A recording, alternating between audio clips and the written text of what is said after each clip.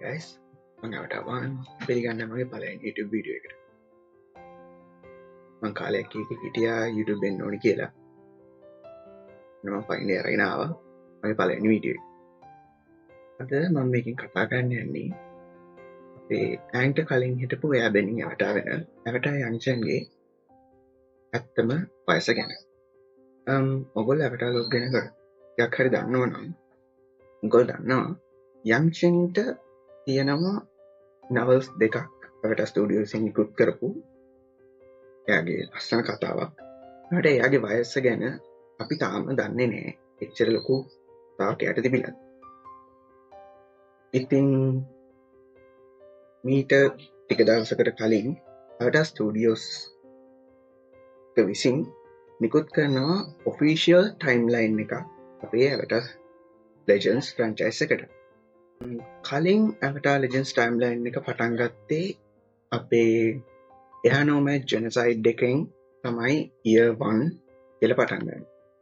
එතකොට ජෙනොසයිඩ් එකෙන් පස්සේ ඒවා AG يعني after genocide විදියට ජෙනොසයිඩ් එකෙන් කලින් ඒවා BG නැත්නම් before genocide විදියට තමයි හඳුන්වලා තිබ්බේ. එතකොට අපේ ඇට්ලා කතා මාලාව සිද්ධ වෙන්නේ 100 BG වලදී. ඒ කියන්නේ එහනෝමැඩ් ජෙනොසයිඩ් එකෙන් අවුරුදු 100කට පස්සේ. නමුත් මේ අලුත් Avatar Legends Timeline එක පටන් ගන්නේ අපේ Avatar 1 රාව එක්ක බොන්ඩ් වෙලා පළවෙනිටම Avatar වෙන්න harmonic convergence එකෙන්. ඒක නිකන් ඔයගොල්ලන්ට පැහැදිලි වෙන විදිහට කිව්වොත්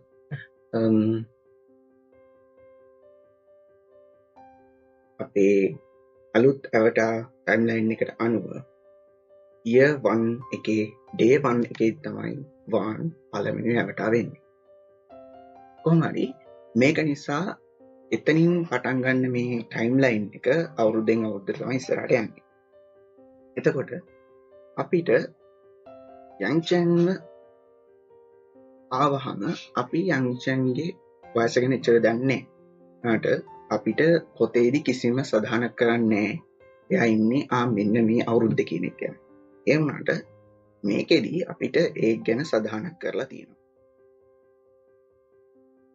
9347 අවුරුද්දේ තමයි අපිට Dawn of Yangchen නැත්නම් යන්චන්ගේ පළවෙනි කතාව තියෙනවා කියලා කියන්නේ. ඒකට යන්චන්ගේ පළවෙනි කතාවේදී යන්චන්ගේ වයස කීයද?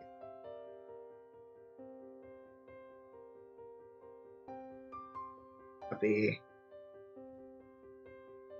Avatar Wiki එකට අනුව යන්චන්ගේ වයස Dawn of Yangchen එකේදී අවුරුදු 17යි. ඒ අනුව අපිට පළවෙනි වතාවට සාධකයක් හම්බ වෙනවා යන්චන් ඉපදෙන්නේ ඊට අවුරුදු 17කට කලින්. ඒ කියන්නේ 9330 දී තමයි යන්චන් මුලින්ම ඉපදෙන්නේ. ඉපදෙනවා. ඊට පස්සේ කවදද එයා මැරෙන්නේ? අන්න එතෙන්දී තව ටිකක් අපිට ගණන් ටික හදන්න වෙනවා. අපි හොඳටම දන්න අයිකනික් සිදුවීමකින් තමයි මේක පටන් ගන්න ඕනේ. මොකද ඔයගොල්ලෝ ගොඩක් අය නවල් දෙක කියවලා නැහැ. සහ එතන වෙන සමහර දේවල් ගැන දැනීමක් අඩුයි. හින්දා අපි හැමෝම දන්න තරක් තමයි එයානෝමැඩ් ජෙනොසයිඩ් එක. අපේ Avatar The Last Airbender කතා මාලාව ආරම්භ වෙන්නේ එයානෝමැඩ් ජෙනොසයිඩ් එකෙන් අවුරුදු 100කට පස්සේ කියලා මම කලිනුත් කිව්වනේ. එතකොට ඒක සිද්ධ වෙනවා කියලා මේ ටයිම්ලයින් එකට අනුව සඳහන් කරලා තියෙන්නේ year 9929. ඒ කියන්නේ එයානෝමැඩ් ජෙනොසයිඩ් එක වෙන්නේ මීට අවුරුදු 100කට කලින්. ඒ නිසා 9829 දී තමයි එයානෝමැඩ් ජෙනොසයිඩ් එක වෙන්නේ. එතකොට ඈන් ඉපදෙන්නේ ඊට අවුරුදු 12කට කලින්. ඒ කියන්නේ 9817 දී. ඊට අවුරුදු 70කට කලින් තමයි අපේ රෝකු ඉපදින්නේ. එතකොට 9847.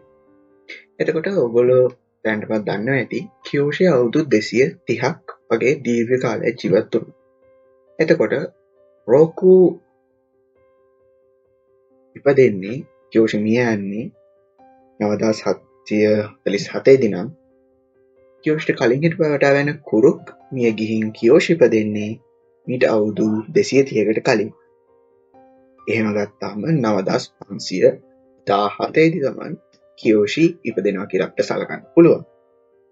ඊළඟට කියෝෂි ඉපදෙන්නත් කුරුක් මිය යන්නත් අවුරුදු 33කට කලින් තමයි කුරුක් ඉපදෙන්නේ. ඔව් කුරුක් පොඩ්ඩක් අඩු වයසින් ගහලා ගියා. දුක තමයි. එතකොට කියෝෂි ඉපදෙන්නේ 9517 දී නම් ඊට අවුරුදු 33කට කලින් කියන්නේ 9484 දී. ඒ විදිහට අපිට යන්ක්ෂන් මියගිය අවුරුද්දත් බලා ගන්න හම්බ වෙනවා. එතකොට අපිට පැහැදිලි වෙනවා යන්ක්ෂන් ජීවත් වෙලා තියෙන්නේ අවුරුදු 9330 ඉඳන් 9484 වෙනකන්. එතකොට එයා අවුරුදු කීයක් ජීවත් වෙලා තියෙනවද?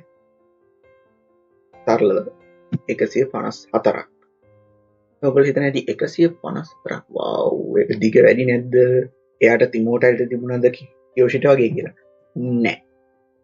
154ක් කියන්නේ අවතාර ලෝකයේ ඇතුළේදී බොහොම සාමාන්‍ය වයසක්. ඔයගොල්ලෝ මතක නම් ගුරුපාතික්ව එයා ඈන් ඉපදෙන්නත් කලින් අවුරුදු 50ක විතර වැඩි හිටපු පුද්ගලයෙක්. එයා මුළු අවුරුදු 100ක යුද්ධෙම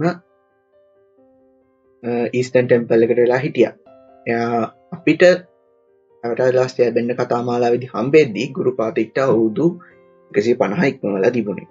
ඒ නිසා යන්ක්ෂන් අවුරුදු 154 ජීවත් වෙනවා කියන එක එච්චරම ලොකු කාරණාවක් නෙවෙයි.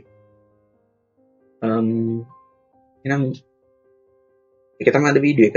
මම වීඩියෝ එක නිකමට කරන්න හිතුවේ YouTube එන්න බලාපොරොත්තුවක් තිබුණට හරියට එන්න වීඩියෝ එකක් තිබුණේ නැහැ. ඉතින් මම හිතුවා මේ පොඩි කාරණාවක් අල්ලගෙන වීඩියෝ එකක් කරන්න ඕනේ කියලා. පොඩ්ඩක් නර්වස්. ඒ නිසා මගේ පළවෙනි වීඩියෝ එක හිතන ඕගොල්ලෝ කියන කාර්මිකව සලකා බලයි කියලා. එයාගෙම මට තව ඉම්ප්‍රූව් කරගන්න දේවල් තියෙනවා. ඒවත් ඔයගොල්ලෝ මෙන්ෂන් කරන් යන්න මම මොනවද ඉම්ප්‍රූව් කරගන්න ඕනේ මට මොනවද තියෙන උල් කියලා. ඒ වගේම මේ වීඩියෝ එකේ ගැන ඔයගොල්ලෝ ප්‍රශ්න තියෙනවා නම් කමෙන්ට් කරන්න. මම Facebook එකේ ෆලෝ කරන්න ඒක අමතක කරන්න එපා. මම එයාගෙම මේ channel එක subscribe කරලා like කරලා අයමත් කියන ප්‍රශ්න තියෙනවා නම් කමෙන්ට් කරන්න. නම් පෙර දවසක හම්බෙමු. Thank you. Peace out homies.